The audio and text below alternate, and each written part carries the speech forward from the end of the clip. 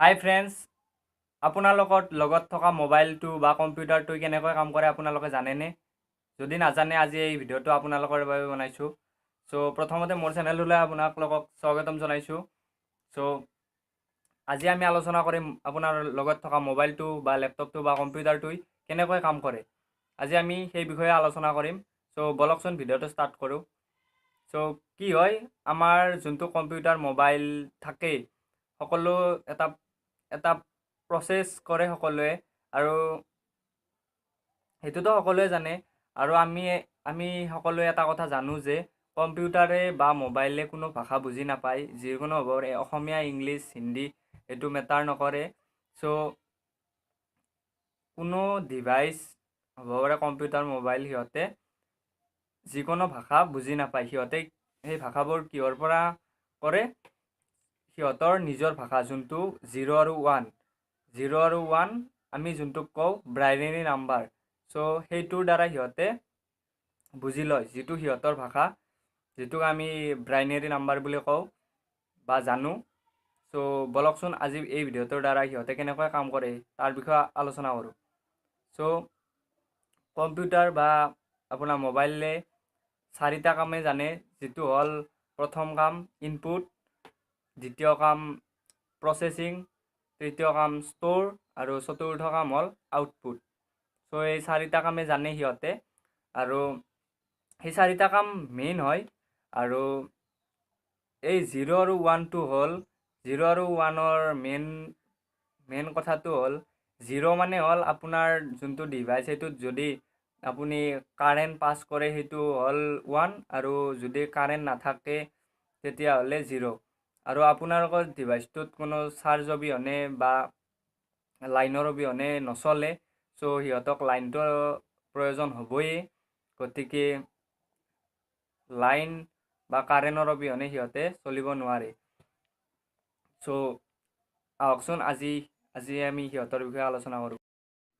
আপুনি যদি আপোনাৰ মোবাইলটো তেনেকৈ এটা টাচ কৰি দিয়ে, বা আপোনাৰ কম্পিউটাৰটোত আপোনাৰ মাউচেৰে এটা কিবা এপছ বা কিবা ছফ্টৱেৰ এটা এনেকৈ ক্লিক কৰি দিলে, ক্লিক কৰাৰ পিছত আপোনাৰ সেই টাচটো আপোনাৰ ডাইৰেক্ট যাব মাডাৰবৰ্ডকলৈকে, আৰু মাডাৰবৰ্ডে সেইটো ভেৰিফাই কৰিব, আৰু ভেৰিফাই কৰি পেলাই ডাইৰেক্ট CPU লৈ ট্ৰেন্সফাৰ কৰিব, আৰু CPU সেইটো প্ৰচেছিং কৰিব, আৰু আপুনি যোনটো বস্তু ক্লিক কৰিছে সেইটো তাৰ তাতে ষ্ট'ৰ আছে না নাই সেইটো প্ৰচেছিং কৰিব। আৰু প্ৰচেছিং কৰি যদি আপুনি কিবা ফাইল, ডকুমেণ্ট বা কোনোবা চিনেমা এনেকুৱা কিবা ক্লিক কৰিছে, আপোনাৰ তাতে প্ৰচেছিং হৈ পেলাই ডাইৰেক্ট আপোনাৰ হাৰ্ড ডিস্কত যাব, আৰু হাৰ্ড ডিস্কৰ পৰা ডাইৰেক্ট 0-1ৰ ফৰ্মতে, সকলোতে 0-1ৰ ফৰ্মতে যাব, আৰু হাৰ্ড ডিস্কত যায় 0-1ৰ ফৰ্মতে। তাৰ পৰা হাৰ্ড ডিস্কত যদি আছে ডাইৰেক্ট তাৰ পৰা আৰু CPU লৈ আহিব, আৰু CPUৰ পৰা আৰু 0-1ৰ ফৰ্মত আহি পেলাই আপোনাৰ ডাইৰেক্ট যাব মনিটৰত, আৰু মনিটৰত আপোনাৰ পিক্সেলৰ আকাৰত আপোনালোকে দেখা পাব। আৰু সকলো পিক্সেলৰে ভেলু বেলেগ বেলেগ হয়, আৰু যিটো ভেলু আপোনালোকৰ পিক্সেলৰ আকাৰত হয়, আৰু সেই 0-1ৰ ফৰ্মত আহি পেলাইয়ে আপোনাৰ যোনটো পিক্সেলৰ সকলো কালাৰ মিলাই পেলাই আপোনাক এইটো শ্ব' কৰিব। আৰু এই কামটো ইমানেই ফাষ্ট হয় যে আপুনি গমেই নাপায়। যিকোনো এটাত কিবা কীবৰ্ড হওক, মাউচত হওক, ক্লিক কৰি দিলে আৰু ডাইৰেক্ট একদম CPU প্ৰচেছিং একদম ইমান ফাষ্ট কৰে, আপুনি ধৰিবই নোৱাৰিব। ডাইৰেক্ট ক্লিক, একদম মনিটৰত আহি গ'ল। তাৰ ভিতৰত কিমান প্ৰচেছিং যায় আপুনি এইটো ধৰিবই নোৱাৰিব। যোনটো মোৰ কথা শুনি আছে এইটো মোৰ মোবাইলৰ পৰা 0-1ৰ ফৰ্মতে গৈছে, আৰু আপোনাৰ মোবাইলতো 0-1ৰ ফৰ্মতে গৈছে।